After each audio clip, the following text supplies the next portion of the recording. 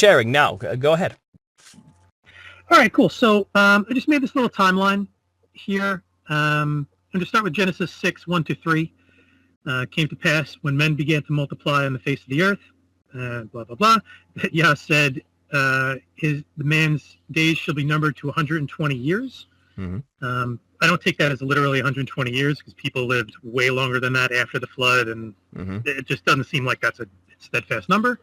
So I like the interpretation that means jubilees, which are cycles of 49 years. Mm-hmm. So that would be about 5,880 years exactly. So I kind of take that and built a timeline off of that. So there's two ways it works here. From creation, which on the Septuagint timeline, because I think that's the more accurate one, which takes the birth of Christ to about 5,500, between 5,000 and 5,500 I've heard years that one, since creation. So if 5,880 years would be 120 jubilees from creation, that would take us to about 480 AD. And all of these numbers are ish. I rounded them all off to fives and zeros just to kind of make it easier to see, except for all the way on the right, 2024. It's where we are. So that would take us to about 480 AD. Fall of Rome, roughly 476, around that area. And also, the verse itself says, when men began to multiply on the face of the earth, that this decree went out from God. So it might not be from creation itself. It might be somewhere in between creation and the flood. Mm-hmm. So I just took the year Enoch was translated, which again, roughly 3,850, moved that forward 5,880 years till I think it's 2030 that comes to. So that would be right in the future. But again, that's just an arbitrary, I took Enoch's date, and that date might not even be correct. But it kind of gives us a general idea of where we are, if the Jubilee interpretation is correct, which that might not be either. Mm-hmm. I just put some on the bottom there. Enoch translated the flood roughly 3150 BC. Yep. Abram was born about 2000, the first temple about 1000 when Solomon started to build it, not when it was completed. So the 7th year of Solomon's reign, roughly about 1000 BC. So there's 1,000 years there. That's a millennium. Mm-hmm. From the first temple to the birth of Christ, 1000 BC to 0 is 1,000 years, millennium. Mm-hmm. And then we look from when the second temple was they started and stopped and started and stopped when you read Daniel, Nehemiah, and Ezra. So it's one of those dates, about 520 BC to, again, 480 AD, the fall of Rome-ish. That would be another 1,000 years. And I'm just kind of toying with, from the fall of Rome to about 1480 is the capital millennium. So I don't think, on my current understanding, that years were added or taken away to the timeline. Mm-hmm. I think that names and dates were changed and stuff was taken out and maybe put in that didn't happen and so forth. But I don't think we lost maybe all that much time. That's just where I am currently. I'm definitely open to, changing my mind on that. Mm-hmm. So that would mean it's been about, if 1480 was the end of the millennium, we don't know when Satan was released, we don't know when New Jerusalem left, and any of those things, but it would be about 544 years of little season, as it were. That seems like a long time for a little season. It's like half a day in millennial days, so that might not be correct, but just putting this out there. And then also the many tekel upharsin. When you calculate that in terms of numbers, it comes out to 2,520. And I thought it was interesting that the second temple was 520 BC and 480 AD. Kind of, you can add that and take that away. So that may be something that I haven't quite figured out where to place that yet. Because Daniel would have been about, I guess, between 600 BC and 520 BC in that area. So when he received that prophecy in Belteshazzar's time, again, we don't have the exact dates, but it's something to consider and to throw in there as well. Mm-hmm. So that's one understanding. Then on the next slide, I have a completely different understanding, which the numbers are a little bit different, but similar. So I guess before we move on, was there anything that you wanted to maybe address on here?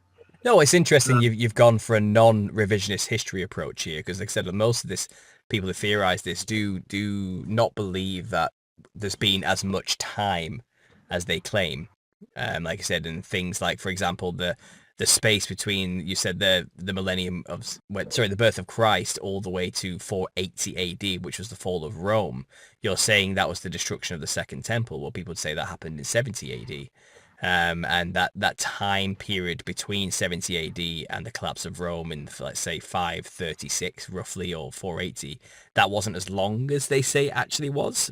It was actually only maybe and they've, like I said, orchestrated and invented a lot of false history to make that time seem longer. But I've also heard other people theorize, other channels saying, well, no, the history we have is correct. It's just the order has been messed up to the point where we're not sure when things actually happened in the timeline, but the amount of history is correct. So it's interesting to see a timeline that maps out true history as we have it documented exactly. The only issues I can, like I said, see with this is the destruction of the temple in 70 AD, and where that would actually fit into this. And when exactly did the millennium begin? So you're saying it began in 480 AD. So from this angle, was there a period before the official beginning of the millennial kingdom? Christ may have returned in 70 AD and brought destruction upon the temple, and everything began then. But the reign didn't begin until 400 years later. Is that what you're saying there? Sorry, the dogs have been acting up today. Was it something I said? No, the neighbor was doing something with her cows in the corral, and they were getting loud, and the dogs, they've been on edge since then, so I've been trying to calm them down, but okay. they're at a hairpin at the moment. Yeah. So I guess it's important, I think, with the 70 AD, if I can address that. Sure. The way I see it, and especially you can see it a lot in the prophets, it's very clear to see in the prophets that there's the destruction of Jerusalem, which I'm willing to, it's funny that we try to look back at history knowing that it's wrong. So like, how much of it can we rely on and use? And I hate to even quote it with the understanding that I don't believe it, So all I can really do is believe the Bible and what that says. So,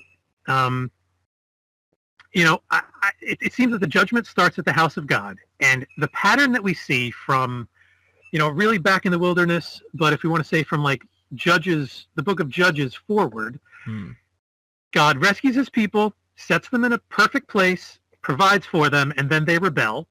He gets upset with them and brings in somebody to scatter them or to oppress them or to rule over them. They cry out because of the oppression, and then he defeats the oppressors, and the cycle starts over again. He sets up the people, they rebel, and he brings somebody else in, and then he gets rid of those people that came in to do his bidding.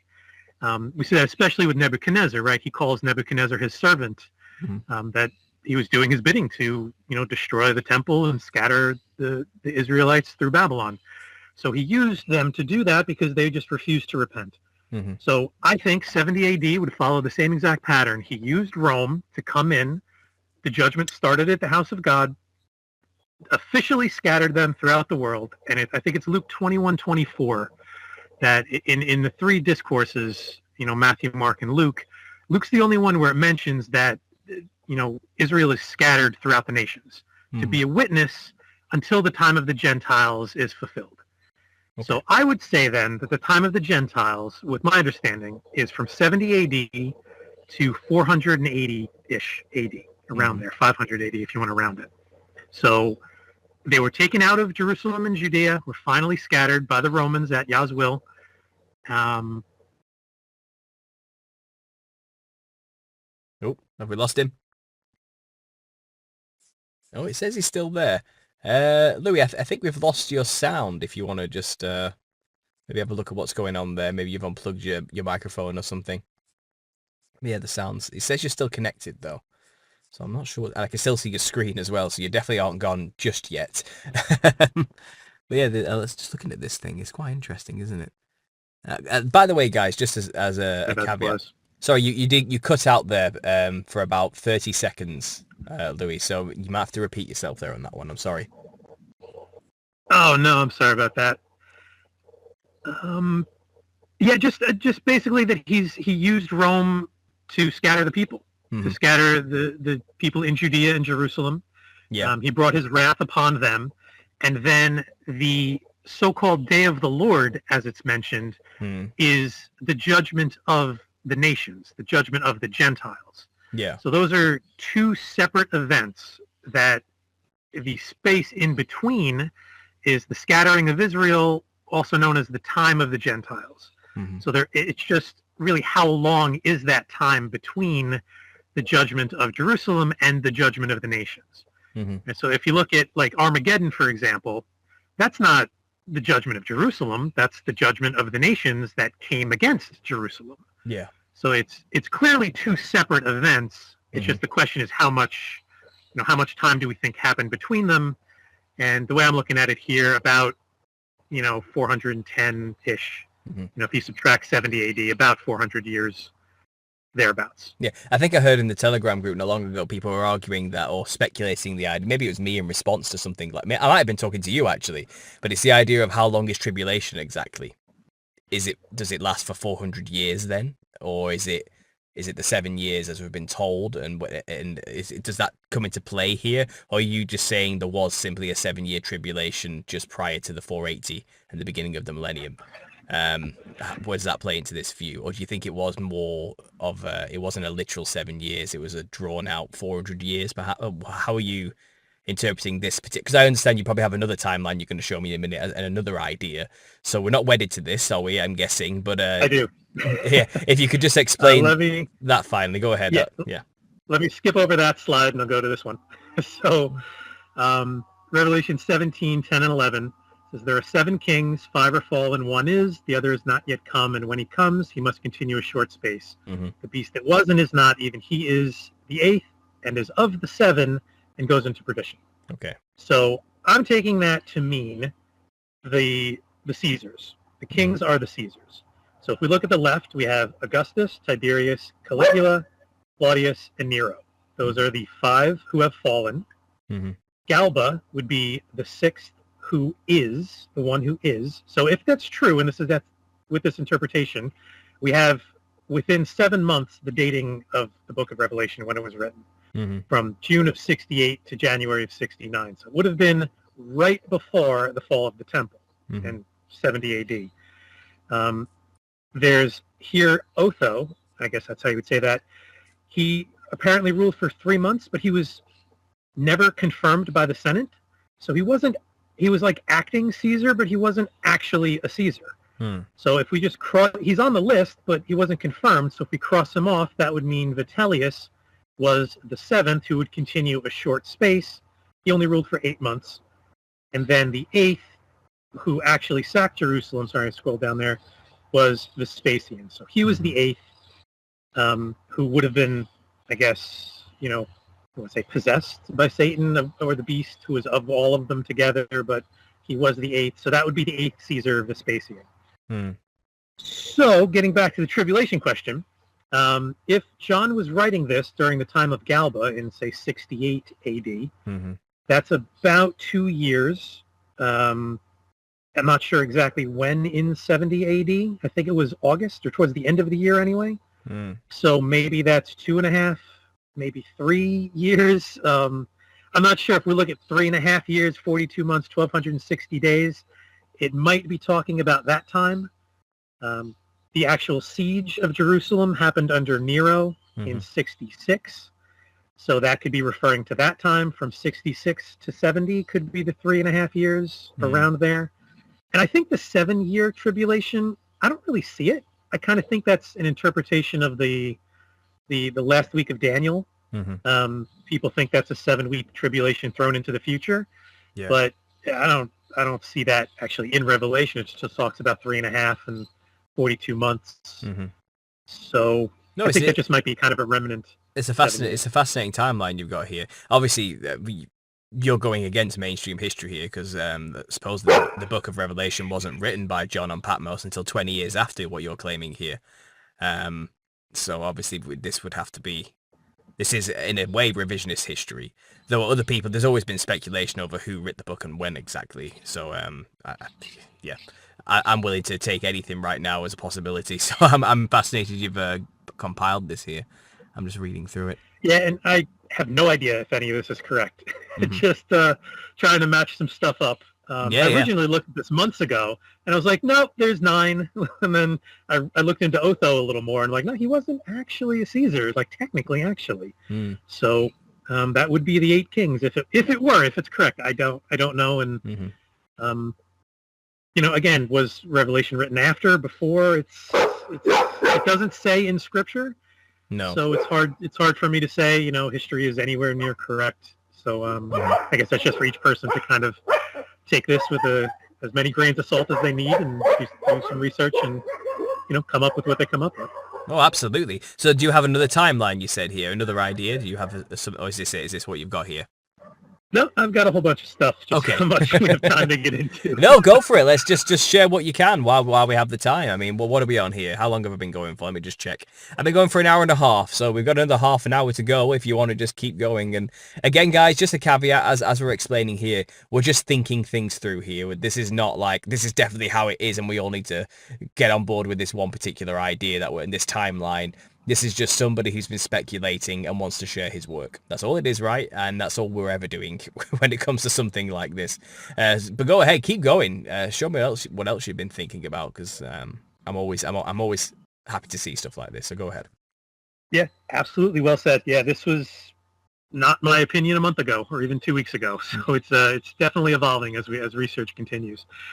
So I think Revelation 12 is kind of like from the very beginning to where we are today. Okay. The timeline I have the whole chapter up there with a couple things highlighted, but on the bottom on the actual line there, verses 1 and 2, I think the woman that is being spoken of, the woman in heaven, is New Jerusalem. Isaiah refers to it as a woman. It's referred to as the bride of Christ. Yeah. The 12 stars would probably be the 12 tribes of Israel and all those things. It kind of like also works with Joseph's vision of the 12 stars and the sun and the moon being Abraham and Jacob and Rebecca, I think, or Rachel. I always get those confused, but it kind of goes with that as well. So the woman, I think, is New Jerusalem.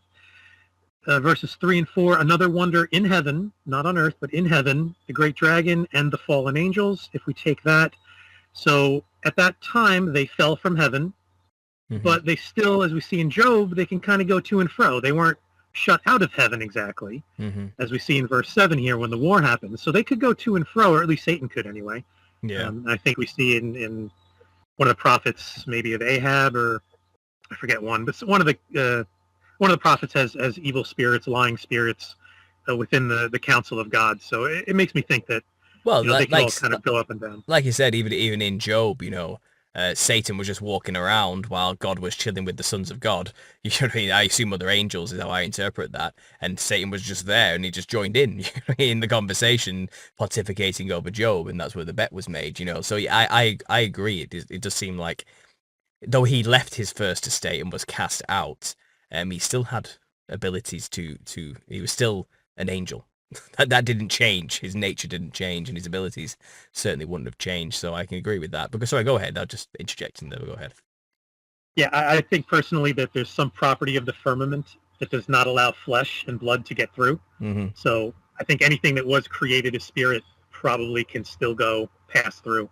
Yeah. Just kind of as an aside with no proof whatsoever, but that's kind of how I see it. Just speculating. Yeah, I get it. Keep going.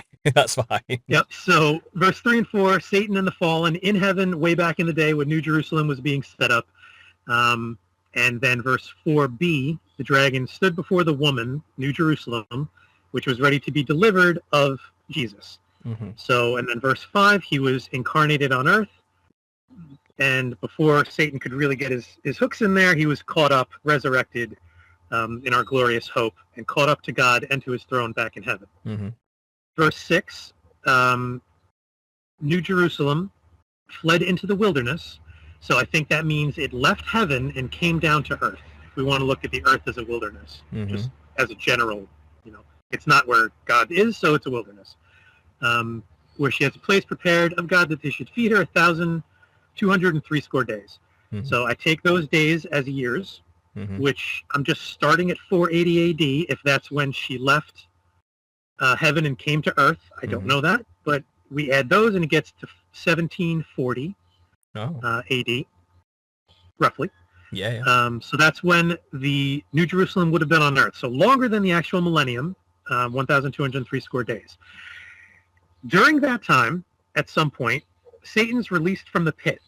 And to me, it makes sense. He knows the scriptures. He knows New Jerusalem and God are going to be on earth. So the first thing he does is goes to heaven and tries to take that over because God's no longer there. So verse 7, he goes to war in heaven to try to take that over with everybody else that came out of the pit with him, the dragon and his angels. But Michael and the good angels prevail. And at that point, which would have been in the past, before the short season began, but after the millennium, the great dragon was finally cast out of heaven once and for all, and now he's back on the earth. And at the end of verse 12, it says he's wrath because he knows he has a short time. I interpret that as the short season, the little season. Yeah, no, that's fascinating, of course. Yeah. Keep, I'm liking this. Keep going. So that's on the timeline there. Satan out of pit, goes to heaven, finally can no longer ascend. 12, 13, and 14. At this point, he persecutes the woman, which is still New Jerusalem. So the woman was given 2 wings to fly into the wilderness. I take that as a separate wilderness, which North Pole, invisible, under the ocean, who knows where it is. But she went into her place where she's nourished for times and a half. I take that to mean 350 years. If a time is 100 years, that would be roughly 350 years, which would take us to, adding that to 1740, to 2090. So again, different numbers, but maybe right, maybe wrong. I doubt we have that much time left, but maybe we do. Who knows? So just, that's my interpretation with there. And so then the serpent cast out of his mouth water as a flood after the woman, after New Jerusalem, that he might try to flood New Jerusalem, right? And if we kind of think that that's what God did to his children, during the actual flood, he's going to try to do the same thing to New Jerusalem and to her children on the earth to flood it. But God's not having it. He made the promise, the covenant, that the earth will not be destroyed with the flood. So the earth helped the woman, opened up the earth's mouth and swallowed up the flood. I always thought that meant like a chasm opened and the water just poured into it, but it could be like a sponge. It opened up like a sponge. So the ground absorbed the water, which then turned the dirt into mud, which then flowed downhill, and now we have a mud flood. So it wasn't a water flood, it was a mud flood, because the earth, the ground, literally the ground, the dirt, the translation, it absorbed the water, and then where it was pitched and sloped, we have a mud flood. At that point, the dragon is wroth with the woman, but can't get to her because she's in the wilderness being nourished. So then he went to make the war with the remnant of her seed, which is us. So he finally, at this point, goes after the people. So if we want to say that's the beginning of the little season, maybe, I don't know. But he went to heaven, couldn't do anything there, came back down, went after New Jerusalem with water, couldn't do anything there. And he's like, it's out of both of those are now out of my range, so I'm going to go after the people. And that's currently where we are at this point. He's doing everything he can to make war with the remnant of her seed, and that is us. That final statement as well, which keep the commandments of God and have the testimony of Jesus Christ. And I've said that repeatedly. We live in an age where you can know Jesus. We have the offer of free salvation still being offered to us. We live in a world left behind by him, in which his laws and statutes and testimony was spread everywhere and available to all as well. And obviously he left behind, you could say, all these buildings and the infrastructure for us to live in as well. And it's kind of interesting because you see that these many of, like, say, many values of every country all around the world actually have the basic tenets of God's laws enshrined into their basic laws and rights. Murder's wrong and you'll go to prison for it, basically. You know what I mean? That's the basic stuff, you know what I mean? It's kind of, we all have it kind of written into everyone's laws, and maybe that is all the nations when left did keep the commandments of God, and all Satan's been doing in his little season after his attempts to get the city is, okay, well, I'm just going to chip away at what Jesus left behind, which is this world where people know Christ and can know him, and a world where they have laws. Yeah, Absolutely agree. Yeah, and in a way, that's what we see, isn't it? We see the complete dissolution of family values, core godly values, the re-education of our children, all these things. You know what I mean? We're seeing the complete degradation of good society, and the Christians have been saying for years. We have been saying, look at what the devil's doing to us, and in a way, that's exactly what Revelation 17 is talking about there. Sorry, Revelations 12 verse 17. So yeah, this is I love this kind of reinterpretation of these type of verses through this new lens, like, because it fits, doesn't it, in a very eerie telling way. Like the way you've just broke it down and described it there, this is a testimony that it has already happened to me. Again, it's kind of because we went at it with the lens. Okay, so has the millennial reign already happened? And you reinterpret this whole thing, and it seems like this works. This actually works, and we're living in that Revelations 12 verse 17 period. That it feels right to me, and I don't know. I'm rambling now. I'll let you go, and I think I might be annoying your dogs as well from the sounds of it. So I'll let you go. I'm really sorry. They're usually very well behaved. They got something going. So yeah, I agree. And there's always been that idea of like, where does verse 7 fit in? Because we know, like I said in Job, that he's been up there before, so that can't be that far in the past, really. Mm-hmm. So people put that in the future, and then it's all over the place. But I think that's a pretty succinct. Again, don't know if it's true, but it helps to kind of read scripture thinking with this in mind. Yeah. Right? Like, what would it be? So, for example, Daniel, I don't have a slide on this, but Daniel 4, let me pull it up here. Yeah, sure. Where is it? Daniel 4, the vision where Nebuchadnezzar turns into an animal and 7 times pass over him. Mm-hmm. If we read that with the idea that yes, I do believe it happened to Nebuchadnezzar. I take it literally. But also, if you kind of look at it in the spiritual, I think he's also talking about Satan. So the 7 times that pass over would be 7,000 years, would be the 7 millennium of time, the 7 days of time. And when we look at it, he was cut down. He was the grand cedar that ascended up into heaven, and all the fowls of the air lodged under his branches. And then he was cut down, but he was left a stump in the earth. So to me, that's him being put into the pit, but he wasn't destroyed yet. He came back up, but he was bound with iron and brass, which would be this. I believe that's in the terms of Daniel, that would be Greece and Rome, the iron and brass. By the way, if you're not sharing that right now, if you think you are, I think you might have to. I think you have to click a new. I think you have to click a new screen if you do that, or a new tab or something on the screen share option. Yeah, good point. There we go. I think the visuals are helpful. That's all. I don't want it to go to waste, so I think we should definitely bring it up while we're talking about it. Yeah, you're right. Okay. So it's just here. I have a spreadsheet going. There we go. Yeah, perfect. Yeah. So Daniel 4, 20 to the end. Just for anybody out there, just read Daniel 4, the vision that he's given, and it really sounds again like it could be speaking about Satan. Because right. When did he fall? Right, he fell when he's like, this is me. Here, verse 30. The king spake, is not this great Babylon all that I have done, the might of my power and the honor of my majesty? So that's Satan exalting himself over the Most High, saying, this is me. I will put my, above the congregation of the north. I forget the verse there. So at that point, he's cut down, and 7 times pass over him. He goes to eat the grass of the field, which kind of reminds me of licking up the dust of the earth. Wet with the dew of heaven, hairs and feathers and claws. Like he turned into an animal. The same way that you would think Satan, as a serpent, would have, maybe feathers and claws and hairs and all of that stuff. Possible. And then at the end of the days, Nebuchadnezzar repents, but Satan, we know, does not. So Satan is released, but doesn't repent, whereas Nebuchadnezzar was released and does. So I thought this verse here, I'm going to try to highlight this. So at the same time, my reason returned unto me, for the glory of my kingdom and mine honor and brightness returned unto me. That word brightness there is very interesting, right? That sounds like it's kind of an angelic thing more than like the man Nebuchadnezzar actually received brightness.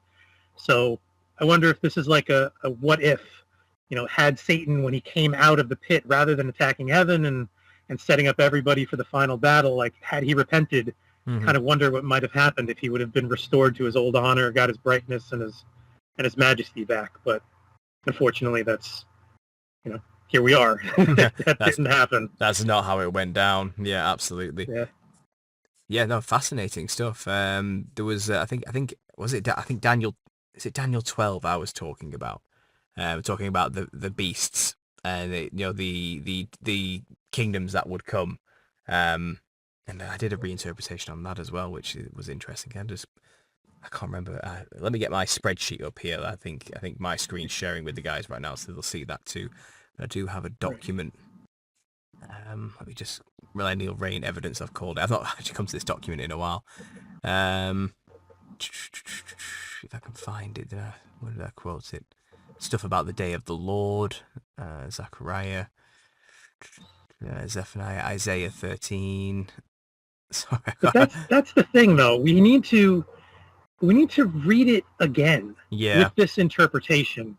With fresh eyes. So when people kind of come out against this and they haven't done the research involves reading the entire book and any other extra biblical sources and reinterpreting and just seeing it again, like, well, what if this means this rather than what I've been told? That's it. So, it was Daniel 7. Sorry, I was way off there.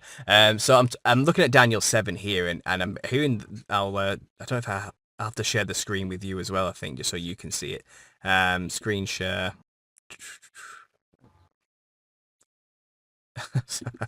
I've got a grant access. Sorry, give me a second. It's all over the place.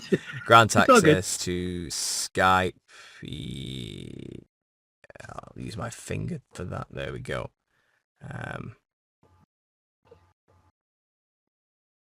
I'm not going to quit till we're open. Let's just try that.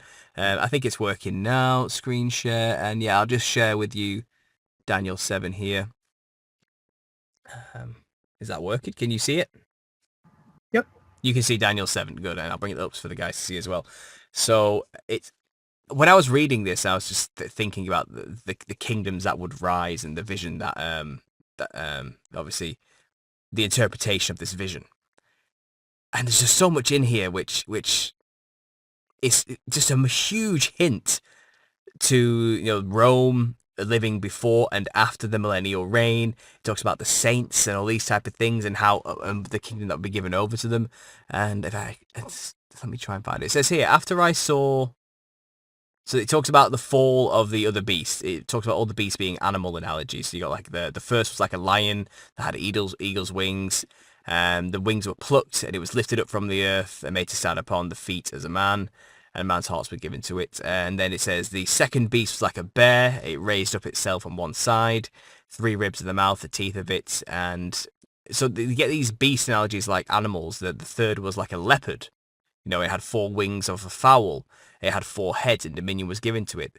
And then it says, after this I saw in night visions, behold, a 4th beast, dreadful and terrible, strong exceedingly. And it had a great iron teeth, and it devoured and brake in pieces and stamped the residue of the feet of it.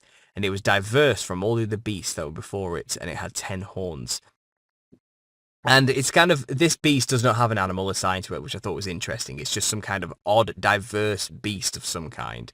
And I'm thinking about the language of today, how diversity is our strength type of language and how we live in a multicultural, diverse society today.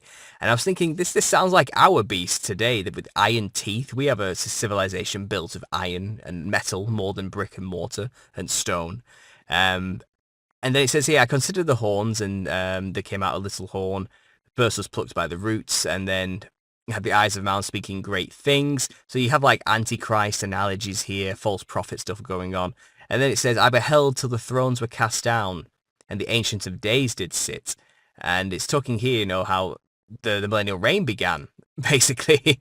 And his foam was like a fiery flame, wheels burning of fire, and a fiery stream issued forth, and thousands and thousands ministered unto him, 10,000 stood before him. The judgment was set, the books were opened. So we're talking about he's coming in his power in his kingdom. He's establishing a kingdom here. Then it says, I beheld, and then because of the great words which the horn spake, I beheld the beast was slain, the body was destroyed, and given to the burning flame. So this is judgment by fire on, let's say, Rome. I do think this final beast was Rome, this fourth beast. And it says here, as concerning the rest of the beasts, they had their dominion taken away, yet their lives were prolonged for a season and time. Now, that's such an odd description, isn't it? It's one of those things you kind of just breeze over, and it's pretty difficult to understand on its own until you apply this lens over it, and you realize that, well, in the millennial reign, people did live for a long time. And they may not have all been perfected saints necessarily, but longevity was certainly a perk of living during that time, even for those who were not resurrected saints, you know what I mean, who weren't in perfected bodies. And is it possible that the leaders and kings of these beasts and the people who lived through them, they had to live through the millennial reign still? You know, and their lives were prolonged. And it says here, you know, the Son of Man came with the clouds of heaven, and came to the Ancient of Days, and they brought him near before him. And there was given unto him dominion and glory and a kingdom, that all nations and languages should serve him. So this is the millennial reign, again, a physical one. Nations and languages will serve him, a physical thing on earth. His dominion is an everlasting dominion. Well, obviously, we're not claiming that he's stopped ruling, just that Satan is released for a short season. And like you described there, and there's other explanations of Revelation. Was it Revelation 7 you were showing there, 17? You know, the kingdom flew away, basically. It's what it's described there. And the devil chased after it and tried to flood it, and it didn't work, and now it's residing somewhere. So, you know, the kingdom did not pass away, but it's certainly out of sight currently during the little season. And this kingdom which shall not be destroyed. So it's still there, and it's still waiting. And, you know, my theories about coming flying saucers and motherships which might appear once ever all the alien brainwashing has been fulfilled. People wouldn't recognize the beloved city as what it is if they saw it. They would think it was aliens or something. And it says, you know, I grieved in my spirit in the midst of the body in the visions that troubled me. And so, you know, he got the interpretation of this, and it says the great beasts, which were 4 kings, you know, shall rise out of the earth. And it says here, but the saints of the Most High shall take the kingdom and possess the kingdom forever and ever and ever. And I thought this was interesting because it's kind of like, you could say, yeah, no, the saints will be apart and rule with Christ with the millennial reign. You could say that, and that's what that's trying to say there. Fair enough, that too. I think it could also be, is it possible that the saints, once resurrected, took over the beasts' kingdoms that were left around and became rulers over them? So this is another theory that I'm speculating, that a lot of these buildings may actually have been built by these kingdoms, these beasts, and then repurposed by the saints once the Millennium Takeover happened and taken over and given to the people in a way. So there's that too. And it says here, the 4th beast, which was diverse from all others, exceedingly dreadful, whose teeth were as iron as nails of brass. So I'm thinking bullets here, nails of brass. Teeth of iron, a war machine type culture, you know, tanks and planes and cogs and burning fuel and industry. This sounds like our world to us, you know, which devoured and broke in pieces the earth of its resources and stamped the residue at its feet. And it had 10 horns in its head. And it says here, I beheld, they made war with the saints and prevailed against them until... So this is Rome making war with the saints until, bam, Jesus turns up and judgment is given. And, you know, it was given to the saints of the Most High, and the time came that the saints instead possessed the kingdom. Are we talking about these 4 beast kingdoms being given to the saints once the rule is established once Jesus came and established the millennial reign on earth with the rod of iron? Did you just give all these cities of these beasts over to the saints, and then those beast kings had to live for an extended period of time, seeing their kingdom being ruled by the saints rather than them, you know? And I imagined, you know, if that was the case, it says, you know, the lives were prolonged, basically, and they had to live for a while after this. Where's that verse again? Their lives were prolonged for a season and time. Is this not them living through the millennial reign, watching their kingdom being ruled by the saints instead? They made war with them, lost, won at first. Jesus came, took it off of them, and gave it to the saints. This is obviously a reinterpretation based with this new lens, but I think this is how we kind of have to do this. we have to reread everything and see it through a new angle, and this is just one of those. I'm not saying I'm 100% with this interpretation I'm giving here, but you see hints of something odd with it, that does mix with this theory a little bit more. And this whole idea that, it's the same beast that rose after the millennial reign. I think these kings who lived through it likely took back their kingdom once Satan took over for his little season. Yeah, and the saints left with the camp of saints, wherever that went, whatever that is. And you can imagine spending maybe 1,000 years or longer watching other people rule over what you built. And then once Satan comes back, he's like, okay, guys, you're with me now. Let me give you everything back. And was that the establishment of these Roman, Egyptian-themed secret societies? Were they the Freemasons and all these Illuminati families and bloodlines? Were these the original kings of these places who took back their kingdom once Jesus left? The physical buildings they built. Is that why Roman architecture is literally everywhere on every continent, as it said? Is it because it was this kingdom that was there before and after the millennial reign, and they kind of picked up where they left off in a way? I don't know. I mean, what do you think of that? Have you ever thought about that idea? Yeah, I definitely agree that they picked up where they left off.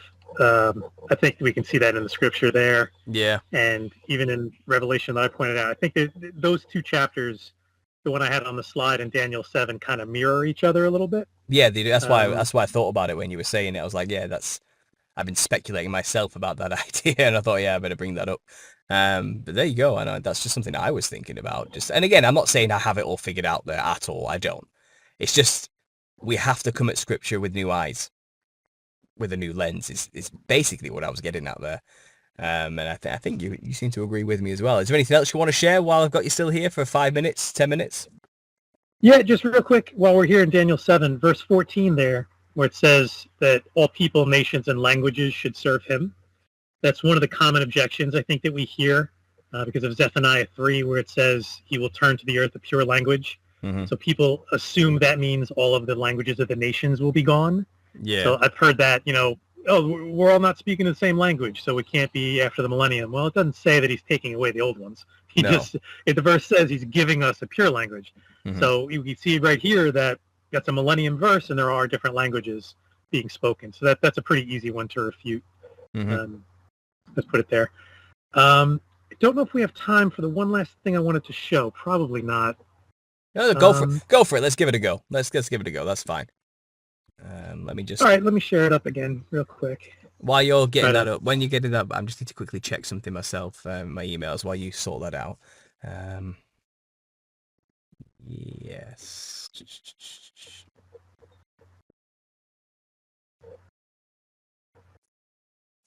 All right, so here's my attempt at who's the Antichrist. If it's not Nero, or Vespasian, who actually conquered Jerusalem, I think it might be this guy, Pope Sixtus, which means six, literally means six. So, let me center this. If we look at what John wrote for the famous 660 and 6, and then we look at Pope Sixtus, how it's written in Greek, the second and the third letter are exactly the same. And the first letter is a sigma rather than a chi, but the earliest writings, which they didn't have a reference, use the spelling with the X. So it was literally written chi, vowel, psi, vowel, sigma. So it could just be literally that easy, that it's Pope Sixtus. So the first one was about 115. Then go to the next page here. There was a second Sixtus who was in 257. And I put Sixtus into just a translator with the sigma and the chi, and it comes out Sixtus or Sixth. So either way. And then we see it actually in tile, it's using the X rather than the sigma. Mm-hmm. And then Sixtus the Third, I think this is this guy. So he was from 432 to 440. And he was followed by Leo the First, Leo, the Lion of the tribe of Judah. I think they might be trying to tell us there's something. I don't know. Again, and these are different years than I've mentioned before. This is 50 years earlier than what I was previously talking about. But yeah, it's all kind of in that same area. So, and Sixtus the Third it says, was one of the only popes to use his given birth name. He didn't choose Sixtus. He was born Sixtus, which kind of fits like with the number of his name. His name is literally a number. It's 6. And he was the third, so 666. It just kind of flows. It does seem odd that there is this character in history with that name. It just, yeah. I mean, also, well, if you really think about it, you know, if John wrote this book in whatever you want to say, let's say 69 or 93 or whatever the one historically wants to say it was written, you think as a leader of the supposed apostolic succession church from that group, you would avoid calling yourself Pope Sixtus the Third, as in 3 sixes.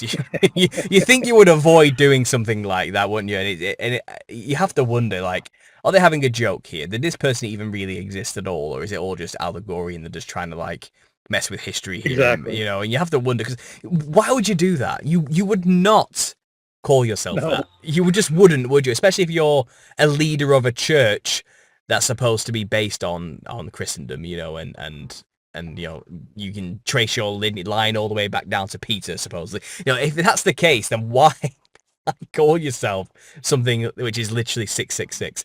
Why would you do that? It baffles the mind, you know, and we just can't look over these things anymore. These things are not trivial anymore, and I don't know. How have people interpreted this in the past? Like, do you have anything else to say? Sorry, go ahead. I'm just a point to that. No, it's brilliant.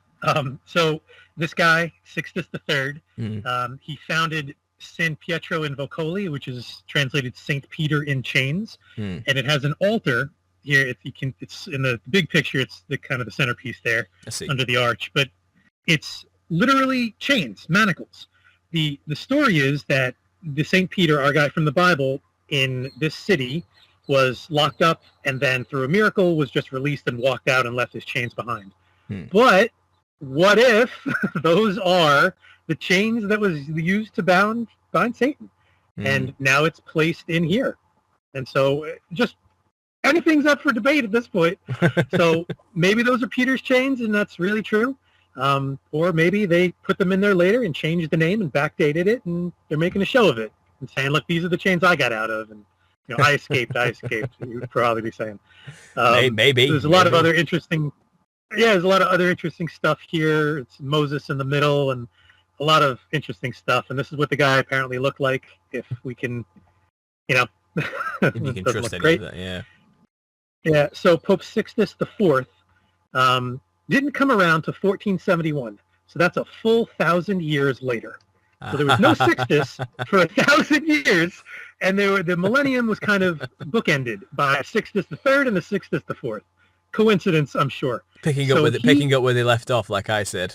Yeah, 100%. So he founded the Sistine Chapel, and that's a mistranslation. It should be the 16 Chapel. It's named after him. He's the one who made it. So it's really the 16 Chapel. And it was, next slide, I think it is. Yeah, the Sistine Chapel is really the Sixtilium Sixtinium. So it's really the Sixtinium Chapel, the 16. Takes his name from Pope Sixtus IV, who held the first Mass there at the Feast of the Assumption and consecrated the chapel and dedicated it to the Virgin Mary.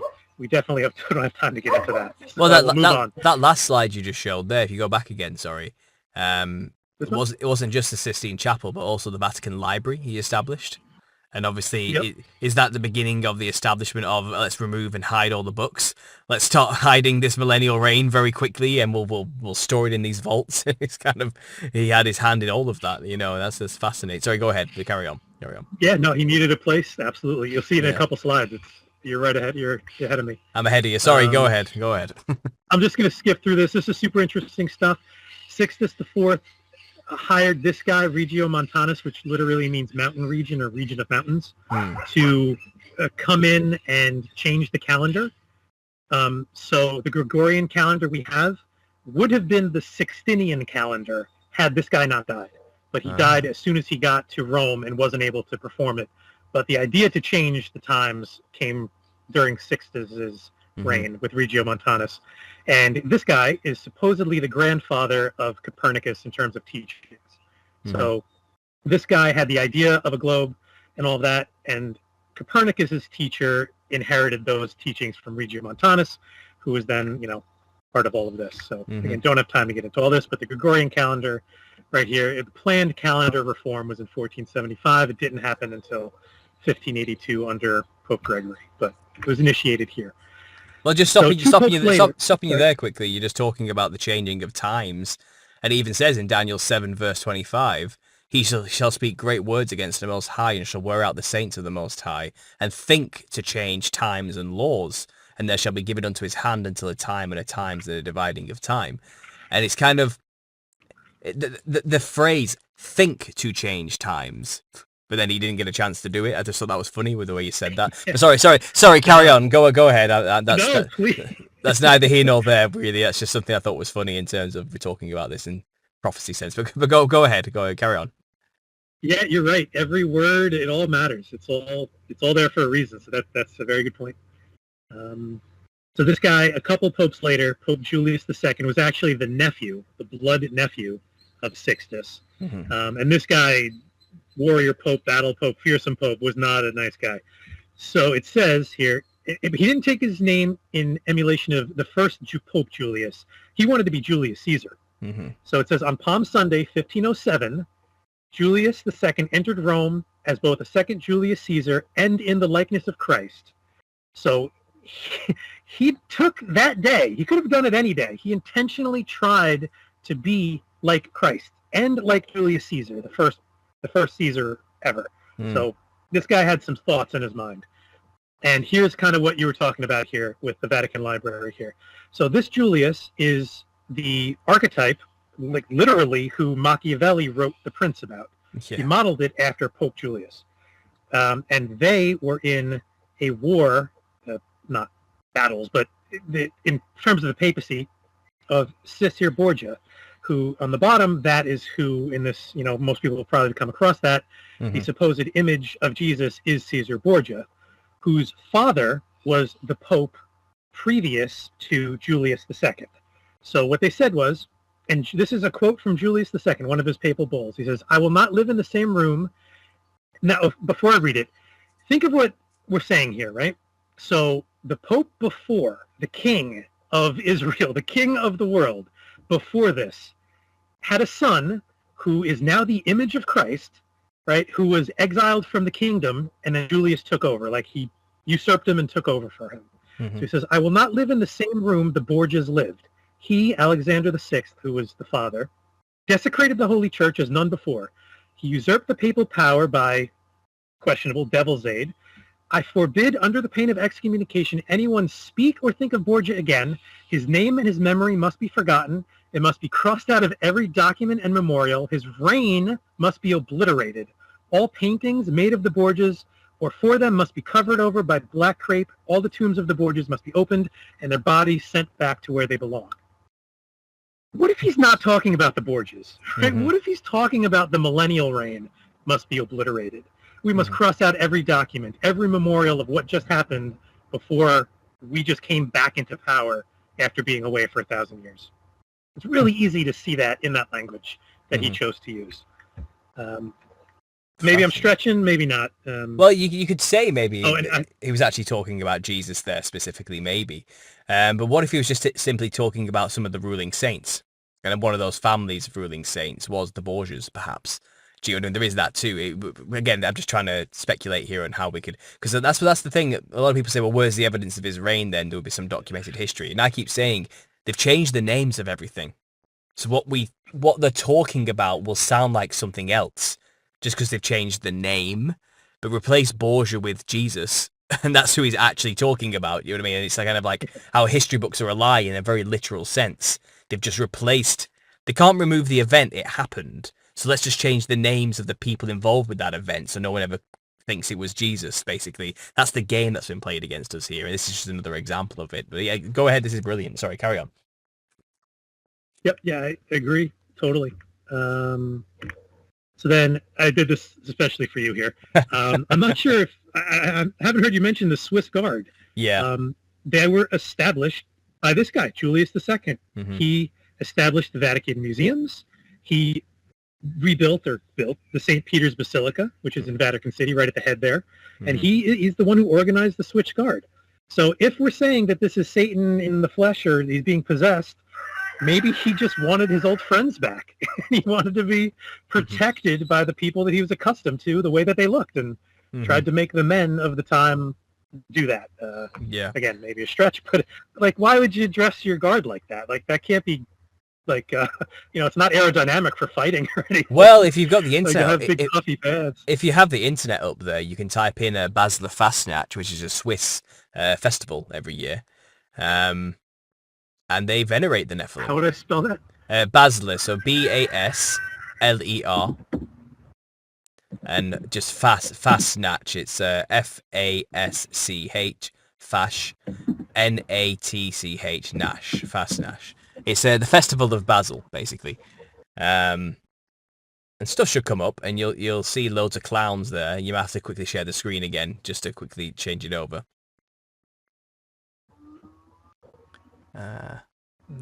Loading up. There we go. Basler Fastnacht. So this is what they dress like every year and parade through the streets. They are in full venerate. It's another wild man tradition. It's their version of the Nephilim.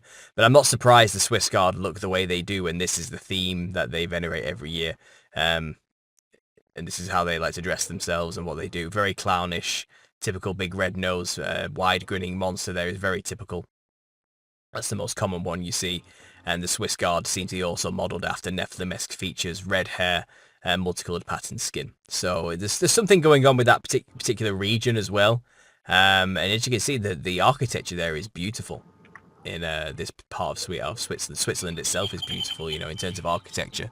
So maybe it is a mockery of maybe a hub of the Millennial Kingdom in some way, where Christ was ruling. Maybe they've now filled that place with representations of demons.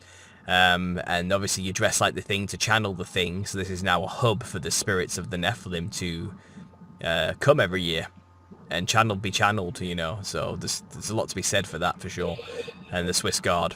But yeah, to have the Vatican surrounded with guards that literally look like Nephilim themselves is very telling, for sure. It's odd. It's an odd design choice. But this is what's going on in that region, So it's hardly surprising for me. Yeah, and you would have to wonder why Switzerland was never drawn into the world wars, so-called. Yeah. Oh, yeah. No one attacked them. That's a little odd. It is. It is. And it's also where CERN is based as well. Yep. And if you look into Lucerne Lake, Lucerne, there's a lot of... It's supposedly where a fallen angel fell. And it's kind of like... If you look at it from above, he's splatted, like arms and legs splayed. It's just, and the water has filled it, and it looks like a person fell there. So it's very interesting. Was it the Gothard tunnel opening ceremony? Do you remember that? Is that Switzerland? I think that was Switzerland, actually. There's something going on with that place. It's a high. Is it perhaps where there's a place there called Apollo or Apollyon or something like that, when next to where CERN is built? Is it perhaps where the beast came out of the pit? Is it where Satan was released from originally? There's loads of speculation about what's going on with that place. Why is it not involved in any of the wars? Is it the... I think that's in... Sorry, go ahead. Sorry, I think that's in Revelation too, where Antipas was martyred. If you look at that, that would be in the Swiss Alps area. So that would be right around CERN, where Satan's seat dwells. So yeah, that would be a biblical thing if that's true. Is Geneva in Switzerland? Is that what that is? I believe so. Yeah. Yeah, and obviously that's the Geneva Convention was.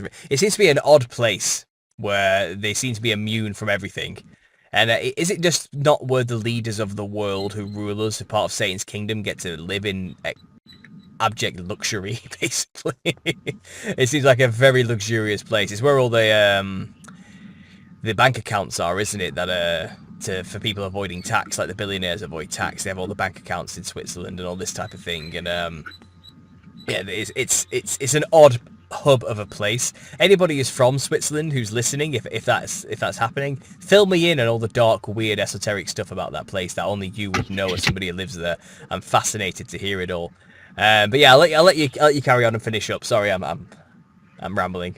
Go ahead. No, nope, no problem at all. This is the Vatican Library, or Museum, pardon me, Vatican Museum, and it looks like they took a lot of stuff off of this building. Yeah. No way to prove it, but it looks very like the stripped down version, and they have their little globe there emerging out of the globe with what looks like a pine cone centered on top of it. A little bit of symbolism there. But the last slide I have here, we'll end on this. There was a Pope Sixtus V in 1585. So again, within 100 years of all of this stuff happening.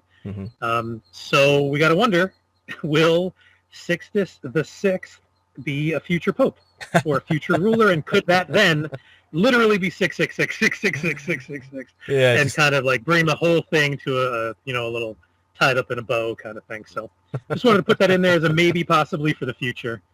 I can believe that, I can see, that's going to happen because they're very on the nose, these people, aren't they, who rule the world and are doing all this nefarious stuff. They don't really hide it at all, and this is this is just out in the open. And it would not surprise me if the next Pope was Sixtus VI. And that's just going to drive everybody crazy, isn't it? All the end times tribulation people are going to go wild again. Absolutely. Well, that was a wonderful. Sorry, go ahead. I'll let you say. No, if someone would choose Sixtus III, I'm assuming another person would choose Sixtus VI. So it's not out of the realm. Absolutely. I mean, that was a wonderful presentation there. Thanks for sharing that. Honestly, that was a wild ride. Yeah. Yeah, thanks for listening. A little bit of everything, pretty incoherent, jumped around, but eventually it'll all tie in, hopefully. No, more people we get researching this, the easier it'll be to put the puzzle together. Yeah, that's what I'm all about, man. That's exactly what I want to do. I just want to hear people's ideas and thoughts and speculations, and obviously the Telegram group is a great place to do that. And this is a great way to do it as well. And I'm happy for people to come on and share their speculations to support this idea and this concept. And Louis, I really appreciate you coming on to do this. Thank you for taking the time to make that presentation as well. I think people probably really enjoyed I haven't had a chance to see the chat because I've just been engrossed in what you were showing me. But I'm going to assume people enjoyed what you were sharing there. I really am. Everyone's saying very interesting. Fantastic, Louis. Thank you. Yeah, so wonderful. And I'll definitely have you on again sometime for another back and forth. I really enjoyed this. Yeah, thank you, Paul. I really appreciate it. And the Telegram group's great for anyone who wants to join. Very nice people in there. Patient, and we don't all agree, but we listen to each other, which I think is the important part. So thank you again, and I'll talk to you soon. No problem. Thanks again, Louis. God bless.